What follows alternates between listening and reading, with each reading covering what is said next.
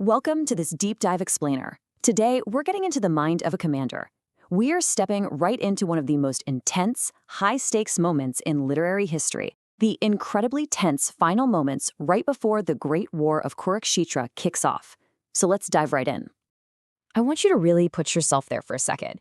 Imagine stepping out onto this vast open battlefield. You can feel the heavy dirt under your boots, you hear the restless horses, and you're looking through King Duryodhana's eyes at literally millions of assembled warriors. We're reading between the lines of the Bhagavad Gita, Chapter 1 here, and you have to wonder, how does a king actually size up his chances right before the greatest war in human history? Does he look at the raw numbers, the weapons, or is he looking at the individuals?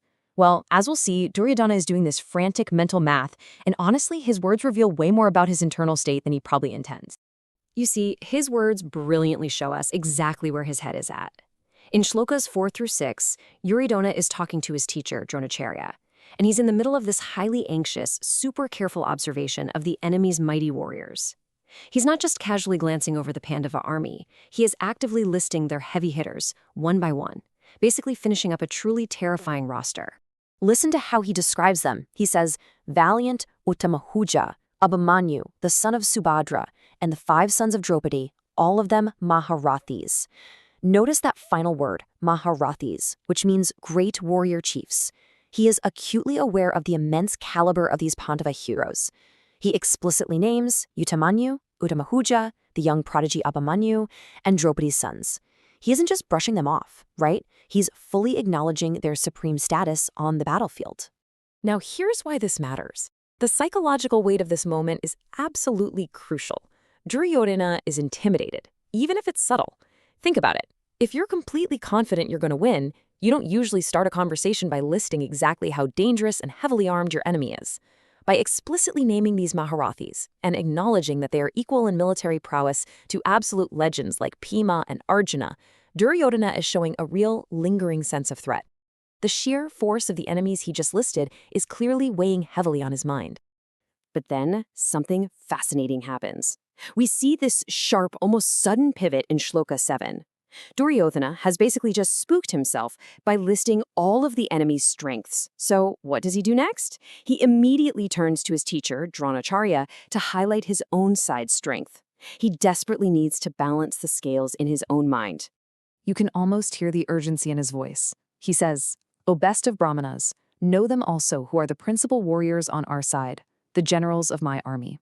Now, he addresses Dronacharya respectfully, calling him the best of Brahmanas, but the underlying instruction is crystal clear. Okay, now let me remind you, and honestly, let me remind myself, of who we have. It's a classic psychological defense mechanism. This is a display of might meant to reassure both his teacher and his own anxious heart. And that brings us to shlokas 8 and 9. Having set the stage, the king starts identifying the legendary heavyweights of his own Kaurava army. He is pulling out his own trump cards, laying them right on the table for Dronacharya to see, basically trying to prove that his forces are just as formidable, if not more so, than the Pandavas. So who does he name? Well, we're talking Dronacharya, his granduncle Bhishma, Karna, Kripacharya, whom he specifically points out as ever victorious in battle, along with Ashwathama, Vikarna, and Buddhashrava. Every single one of these names represents historical greatness and unparalleled power on the battlefield. Duryodhana relies on these warriors completely, and by just saying their names out loud, he's basically constructing a mental fortress against that fear he felt just a few moments ago. But he actually goes a step further than just listing their names. In Shloka 9, he adds this heavy emotional layer.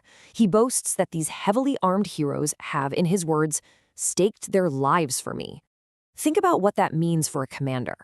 He isn't just relying on their combat skills, he is banking on their supreme loyalty. He absolutely needs to believe that their personal devotion to him is so rock solid that it practically guarantees his victory. Now, we hit the climax of this whole strategic sequence. In Shloka 10, after listing the enemy and then listing his own loyal generals, Duryodhana makes his grand final assessment. This is where he draws his ultimate conclusion, and it is a statement of immense, and maybe a little overconfident, finality. Listen to the deliberate tension in this assessment. He declares, "This army of ours, fully protected by Bhishma, is unconquerable, while that army of theirs, guarded in every way by Bhima, is easy to conquer."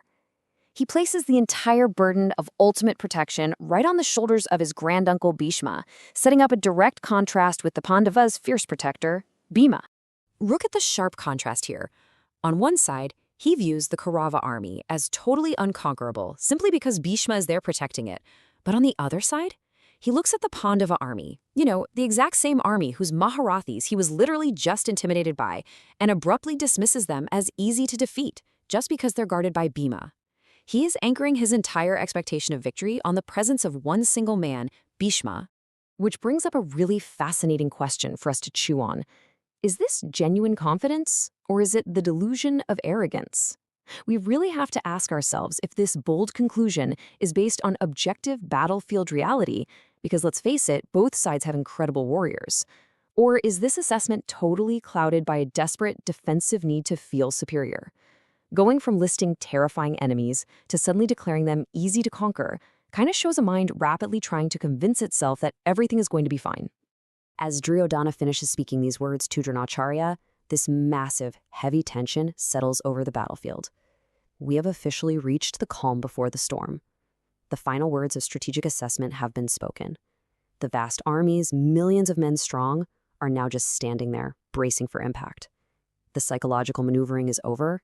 The brutal physical reality of war is about to begin. And that sets the stage for the very next explosive moment outlined in Shlokas 12 and 13. The grand old man of the Kaurava race, Bhishma, the exact same man Duryodhana just declared makes their whole army unconquerable, recognizes the king's inner turmoil. So to cheer up Duryodhana and shatter this terrifying heavy silence, the glorious granduncle is about to make his move. He raises his conch shell, ready to roar terribly like a lion. And the text tells us that when that conch shell blows, kettle drums, tabors, drums, and trumpets are going to suddenly blare out in this tumultuous, terrifying noise. The war of the mind is over, the war of the world is about to begin. But you have to wonder, when that great conch shell roars, does it actually bring true confidence? Or does it just seal their doom? And how in the world will the Pandavas respond to this deafening challenge? Well, we're going to uncover exactly that in our next explainer. Until then, just remember that the fiercest battles are often fought in the mind long before a single weapon is ever drawn. Namaskar. If you like this explainer, kindly share with it friends and relatives who may need it. And we will meet again a new episode with new life lesson. I am Sweta from Sanskrit Prawah. Thank you. Jai Shri Krishna.